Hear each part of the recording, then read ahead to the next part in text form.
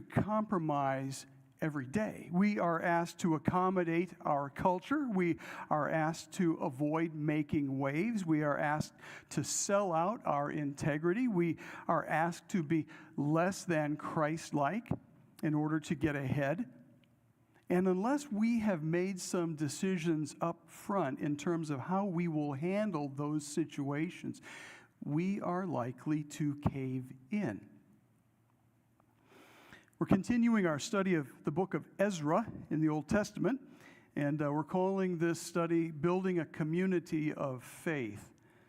Our first week, we considered the sovereignty of God as he orchestrated events to bring his people back into the land after the captivity. Last week, we looked at the priority of worship. And we saw that the first thing that they built when they came back wasn't a city wall. It wasn't the temple. It was an altar where they could offer worship to God. And today what we're going to see is the exiles who have returned are facing a very dangerous offer. As they face the enormous task of rebuilding the temple, they get what appears to be a generous offer of help. And they turn it down flat. And in doing that, they offend some people who promise to make life really difficult for them. Is it worth the trouble? Would they have been better off taking the offer of help, avoiding the trouble, and getting the temple built more quickly? Will you be the judge as we look at the passage together? We're looking at Ezra chapter 4.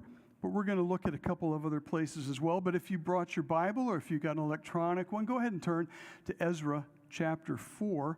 And we'll begin by looking at the situation itself. The book of Ezra was written kind of as volume 1 of a 2-volume set, the other volume being Nehemiah. So 2 history books in the Old Testament, Ezra, Nehemiah, kind of volume 1, volume 2. And the key players in the book of Ezra, first is a guy named Zerubbabel, and great name, fun to say, right? He was a leader and a builder, and Zerubbabel rebuilt the temple on the original site of Solomon's temple. So Zerubbabel, the builder, rebuilds the temple. Ezra was a priest and a historian.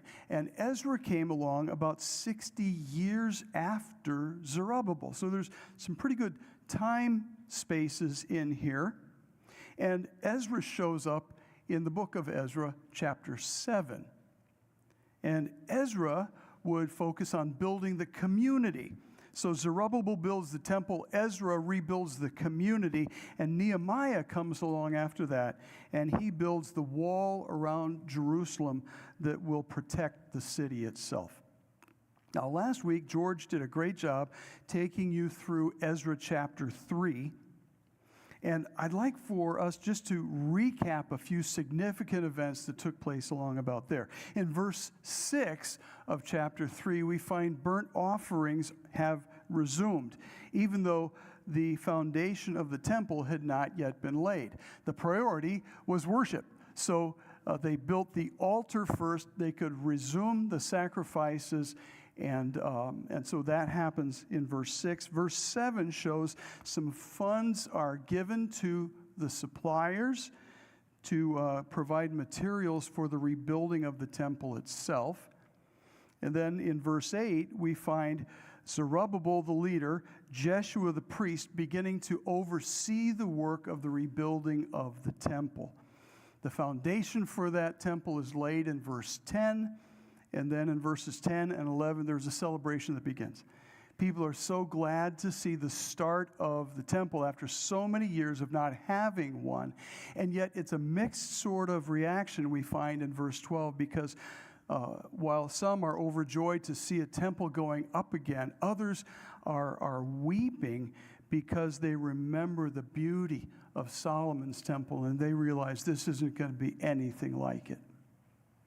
So all of that brings us to chapter 4, verse 1, where a group of people come up to these folks who want to rebuild the temple and say, we can help. We can help. We're here to help you.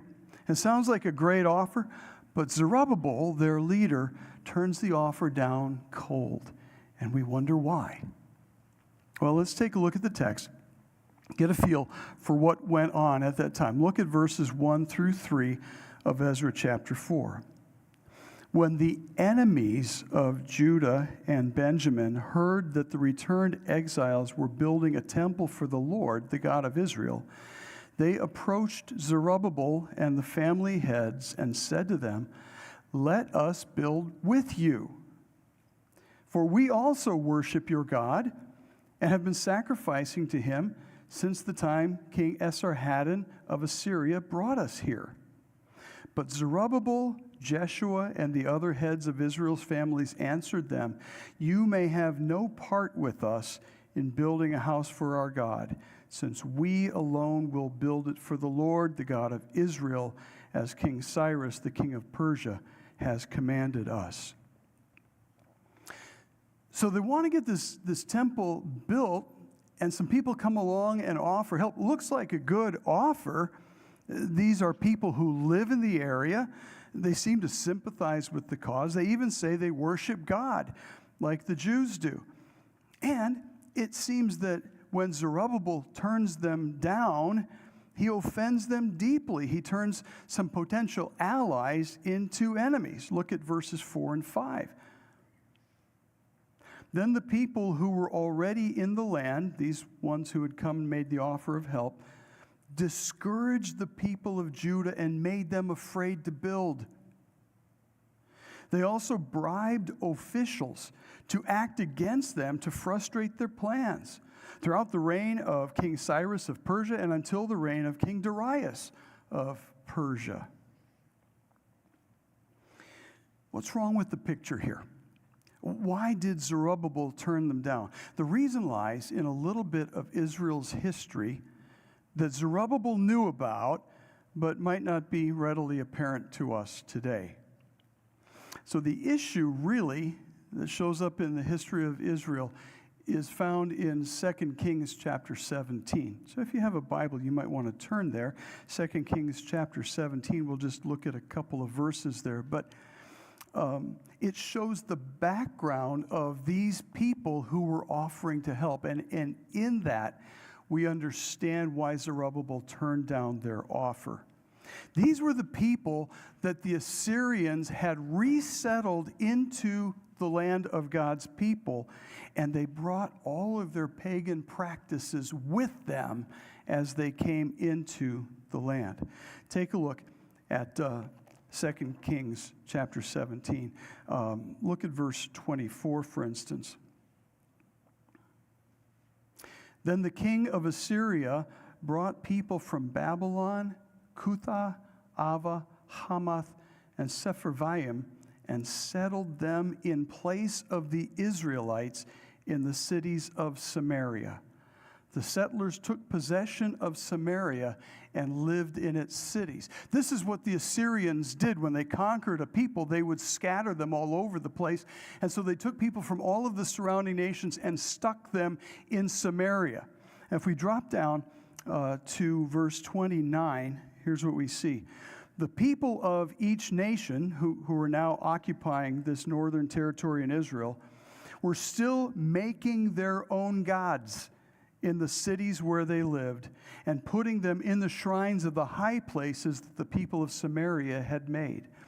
The men of Babylon, we're getting a little rundown of the people who were brought in and these gods they brought with them. The men of Babylon made Succoth-Benoth. The men of Cuth made Nergal. The men of Hamath made Ashima. The Avites made Nibhaz and Tartak. The Sepharvites burned their children in the fire to Adramelech and Anamelech, gods of Sepharvaim. They feared the Lord, but they also made from their ranks priests for the high places who were working for them at the shrines of the high places. They feared the Lord, but they also worshiped their own gods, according to the practice of the nations from which they had been deported. These people from other nations brought their own gods into the land of Israel and continued to worship them there. Let me give you a little rundown of some of these gods that they had brought with them. The first one mentioned is one called Succoth-Benoth. This is the image of a hen stemming from the constellation Pleiades, the constellation of the clucking hen. You go, well, that's not so bad, is it? Well, yeah, it is. It's an idol, right? It's a false god that they were worshiping. Nergal, related to that a bit, is a rooster, probably a connection with a god of war. Ashima was the figure of a goat, associated still today with Satan worship. Nibhaz and Tartak were a dog and a donkey, both associated with demonic activity. Adramelech and Anamelech were variations of the god Molech, who you've probably heard of before. Molech was a god who was worshipped with child sacrifice by pagans who surrounded God's people throughout their history. These are the people that are coming and saying, we'll help you build your temple. Notice something it says about them, too, in verses 32 and 33.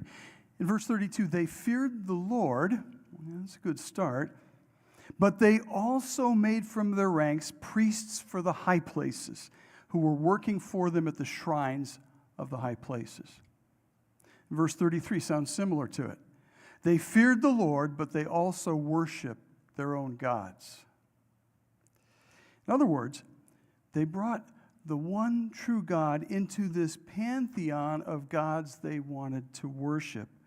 And he became for them one of the many. And these are the people who were offering to help rebuild the temple. These people were pagans. They were polytheists. Their claim to worship your God like you do, that they made in verse 2, is a lie. They've mixed the true faith with the pagan religions of the cultures they came from. And they want their plurality of religions reflected in the very structure of the temple. Their desire to be a part of the rebuilding of the temple isn't motivated by a desire to serve God. We'll soon see that in their actions. Their desire is to be part of the rebuilding so that they can continue the religious pluralism that they had come to embrace themselves, and to ensure that the worship of many gods would be incorporated into the very design of the temple. We look at the history of God's people and we see this is not that uncommon. The Romans didn't mind people worshiping God as long as they also worshiped the Roman gods. Christians only got into trouble when they refused to worship the Roman pantheon of gods, which included the emperor himself. Hindus today are glad to incorporate Jesus into their pantheon. It's the exclusiveness of Christians who insist on worshiping God and God alone that is such an offense to them, as well as to postmodern minds in our own culture. It's the exclusiveness of Christianity that gets people upset with us. Well, and you may think then it's an easy matter, turn down the offer of help. Well, even the way these people make the offer, though, makes it clear that they're going to do whatever is necessary to be represented. In verse 2 of Ezra chapter 4, it says, they approach Zerubbabel and the family heads and say, let us build with you. But the Hebrew is a little stronger than that, actually. In the Hebrew text, it is, we will build with you. We're here. We're going to do this. We'll be joining you. It's a 6th century BC mafia. Every bit as threatening as the firm. They're trying to call the shots on the rebuilding of God's temple, and they're not looking to God for direction. The message makes it clear that they can make life an awful lot easier for Zerubbabel and the returning exiles if they'd only accept their offer, and that they can make life miserable for them if they turn it down. It's as though they're saying, and my apologies to Marlon Brando here, we would like to help you in the rebuilding of your temple. Now, we believe we are perfect for the job because we know your God and we know this area.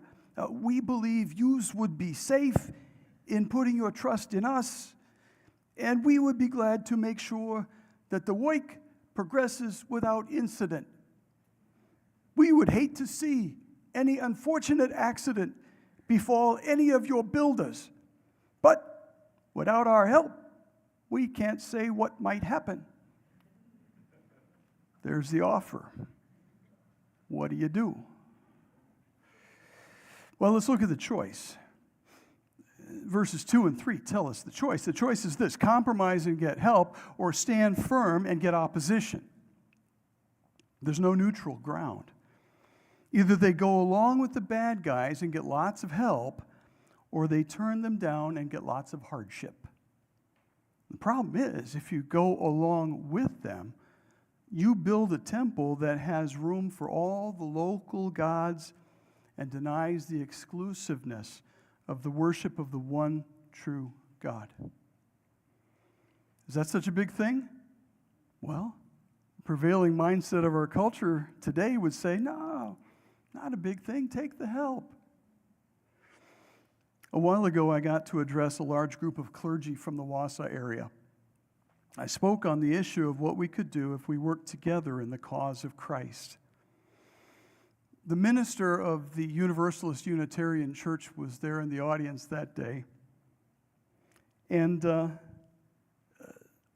my offer was exclusively Christian.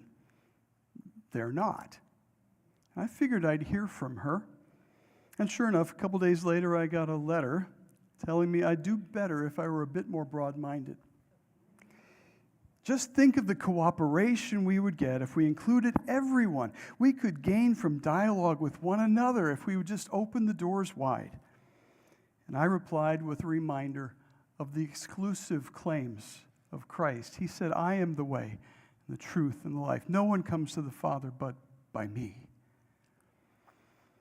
The idea that came across is this: it would sure go a whole lot easier if you just cave in on this one little thing. That's the lesser evil argument. Cave in on this one little thing and see what great help you'll get and what great hassles you'll avoid. And we face it every day. The business person who is asked to cave in on his reporting, falsify some records so that our numbers look good to headquarters. If you do that, we'll take good care of you. What if he doesn't?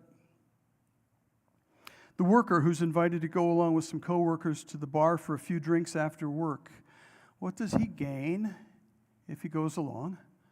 What does he lose if he doesn't? The student who is asked to cooperate with a small group of fellow students on a take-home exam, think of the grade they'll get if they work together on this thing. What happens if he says no?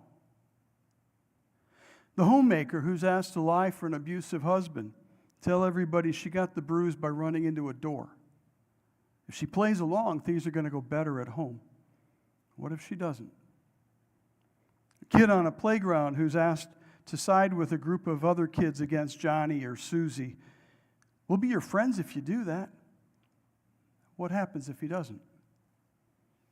The junior high kid who's being pursued by a gang. Sign on with us. We'll be just like family to you. And if he doesn't? There's the choice: compromise and get all sorts of help, or stand firm and get opposition. Zerubbabel chose to say no. Look at the consequences, verses 4 and 5. Then the people who were already in the land discouraged the people of Judah and made them afraid to build. They also bribed officials to act against them to frustrate their plans throughout the reign of King Cyrus of Persia and until the reign of King Darius of Persia. Now, There's some chronological things happening here in this chapter I don't want us to get too confused by. Hang on for the next very few minutes. I'll see if I can straighten some things out. Ezra is writing about the year 445 BC. Cyrus sent the Israelites home back in 538 BC. So they've been in the land a while. So about 90 years after Cyrus, Ezra is writing. And Ezra is very careful to mark off the dates as he does this. Now, as we do a quick read of this chapter, we might not notice it, but verse 5 marks off some dates. It says, he speaks about the reign of Cyrus and the reign of King Darius, both of Persia. And if you go over to verse 24 at the end of the chapter, he refers to the second year of the reign of King Darius of Persia. So he's kind of marked off these boundaries here. And everything in between those two verses actually happened more recently. Verse 24 is picking up where verse 5 left off. And verses 6 through 23 serve as kind of a parenthesis to remind the readers of something that happened more recently and to let them know what was at stake in the time of Zerubbabel. Here's the chronology. We got a chart here for you.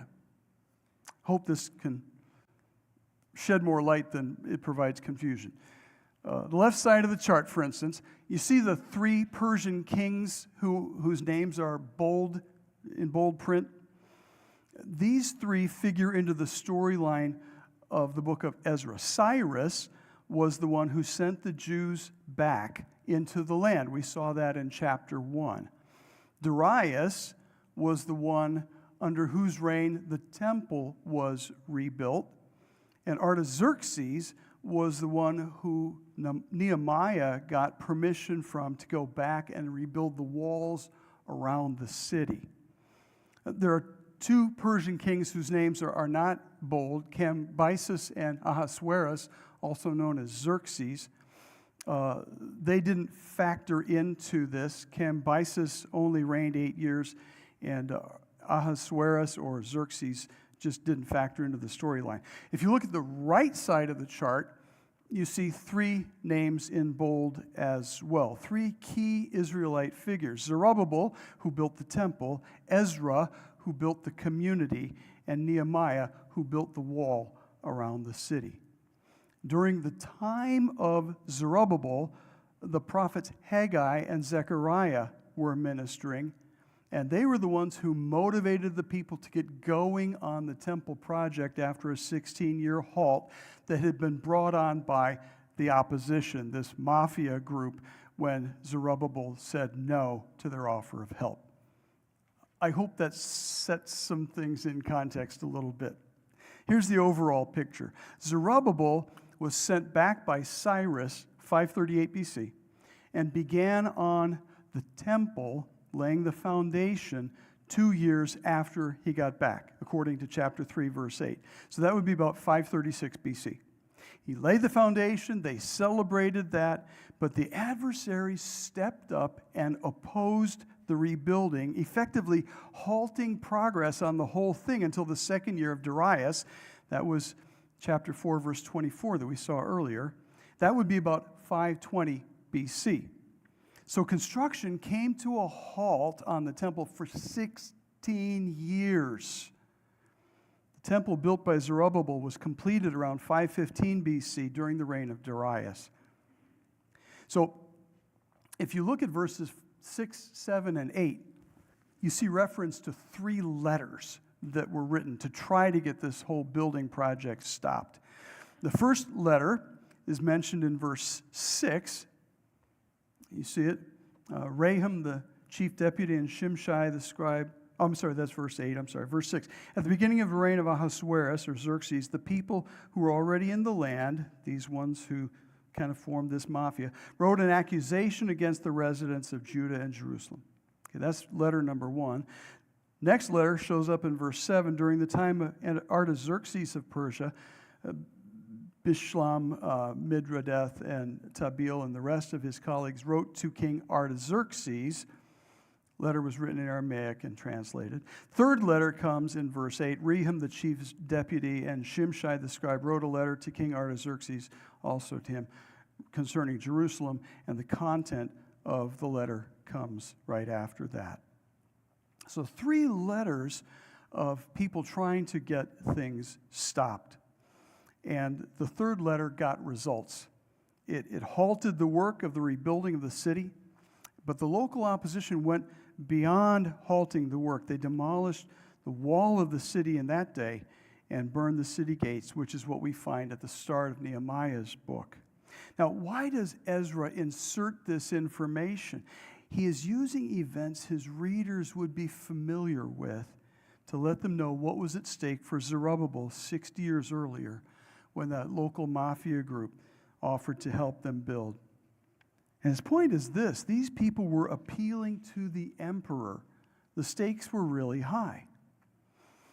Let me offer just a few points of application, if I may. Point number 1, there are consequences for being faithful to God. And they're not always pleasant. Faithfulness may bring difficulty to your life. You may find your life getting more complicated, not less complicated. Your path may get rougher, not smoother for your faithfulness. You may find yourself on the wrong side of some very powerful people. There may be a price for you to pay in being faithful to God. You may lose your job. You may lose some of your friends. You may even lose your life.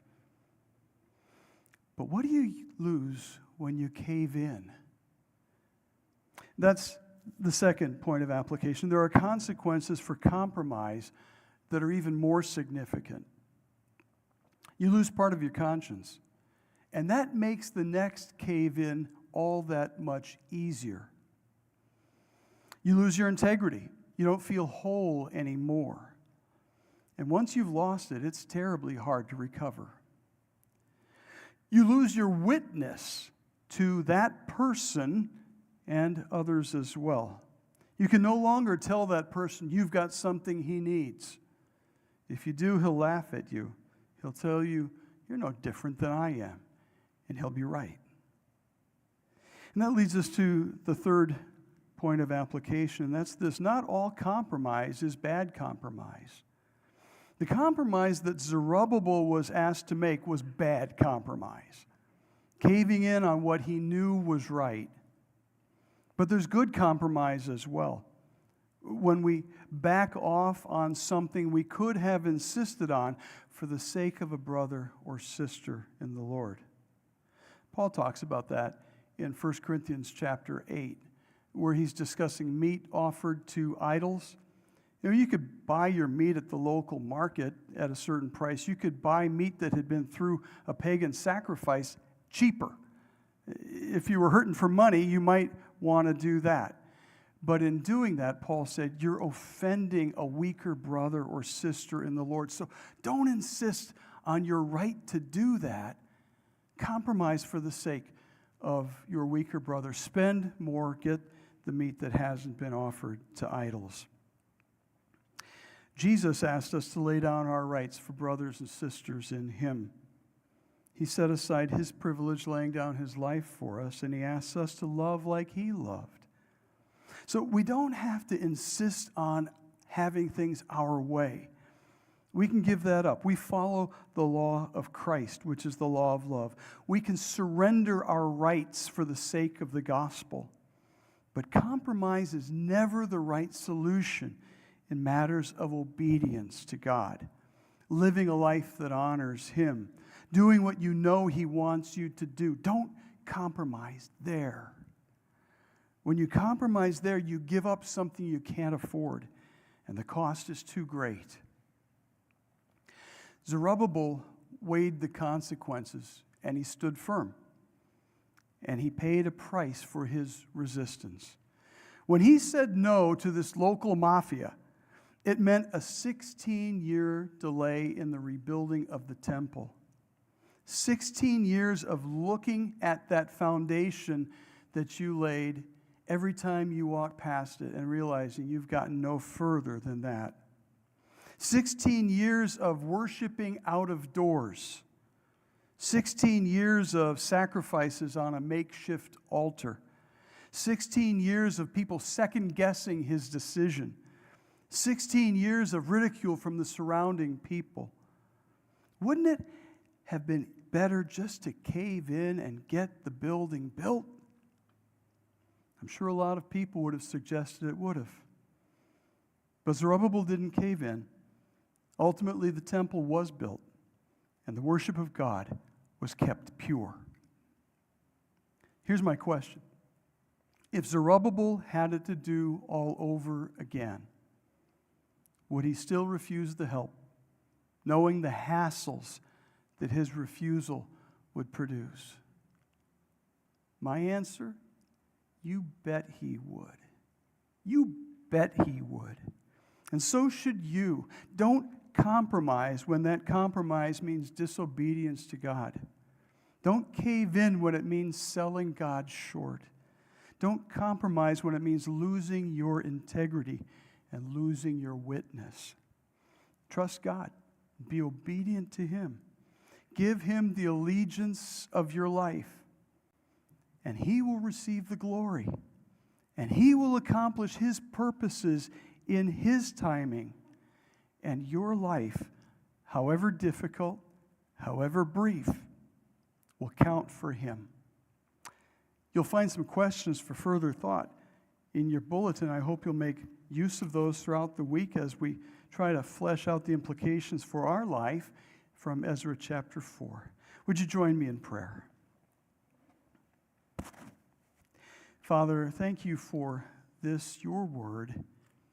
So often we don't turn to these portions of your word because they seem so far removed from our own circumstances, and yet they're so rich.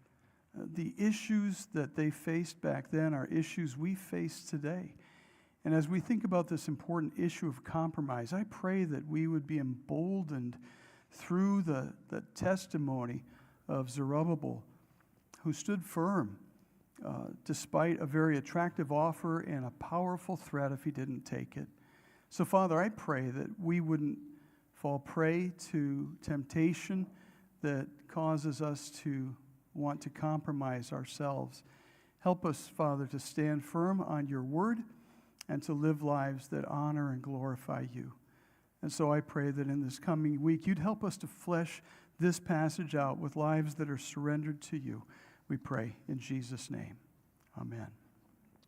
Amen. A lot of the times, I feel like we all make these compromises, myself included, and I feel like a lot of the times it's because we put our faith in ourselves to fix them.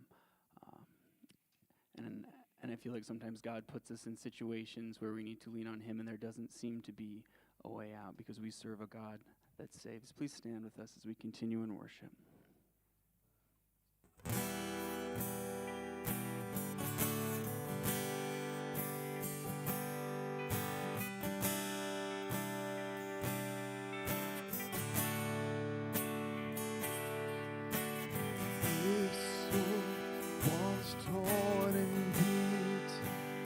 Left without reason to move on.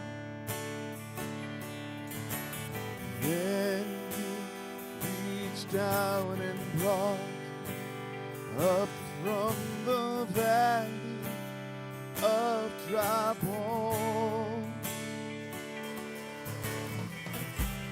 You were the God that saves. You were the one that rescues. You rescue me. You were the God that saves. You call me from the grave. You rescue me. Ransom out of the wreckage, pulled from the ashes of sin's hold. Hope is flowing through these veins, life born from grace, grace alone. You were the God that saves, you were the one that rescues me, you rescue me. You are the God that saves, and you call me from the grave, you rescue me.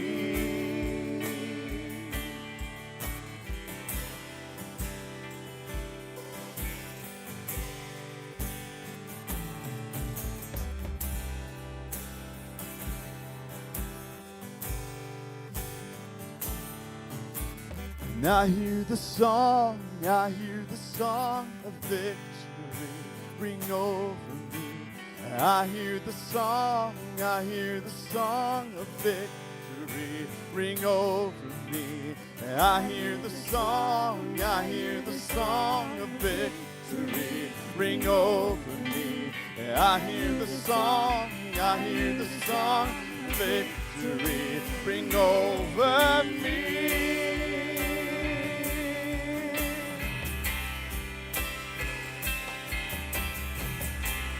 You were the God that saves, you were the one that rescues me, you rescue me.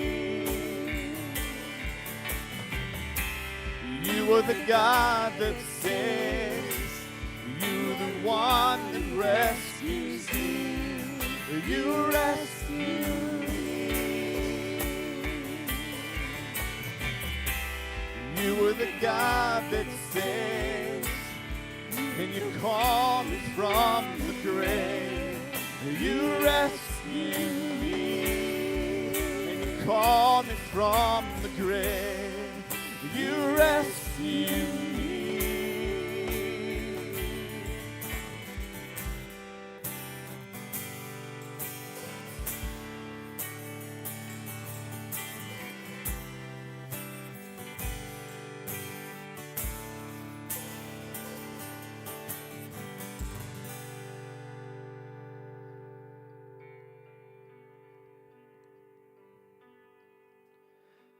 What will it be like when my pain is gone and all the worries of this world just fade away?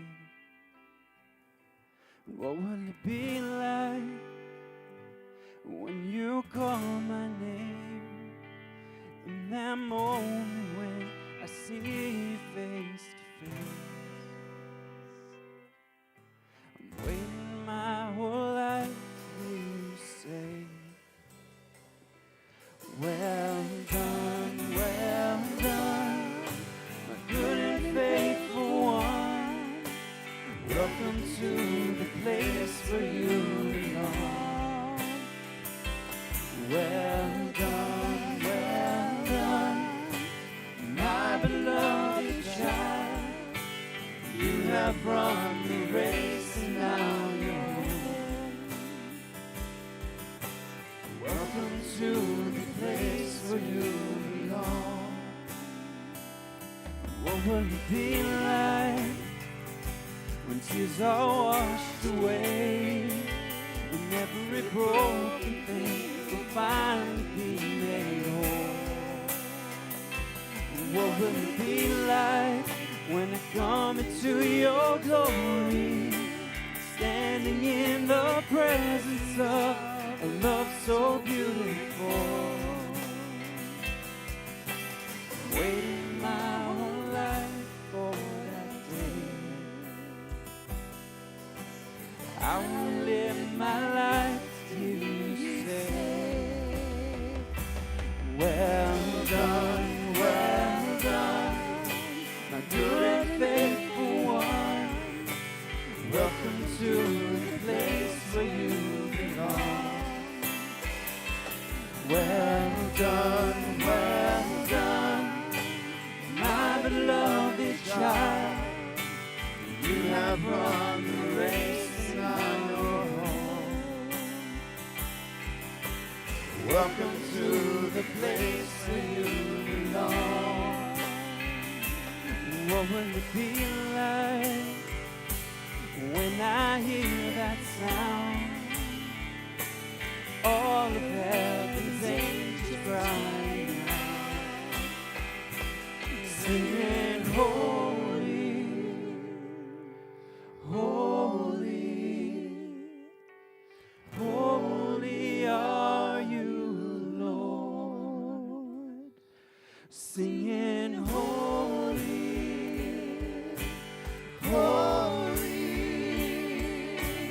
holy are you, Lord.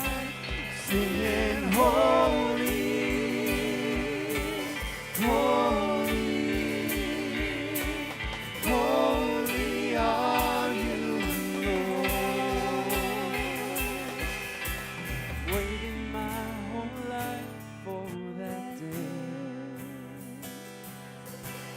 Until then I live to hear you say, well done, my good and faithful one. Welcome to the place where you belong. Well done, my beloved child. You have run the race and now you're home. Welcome to the place where you belong. Well done.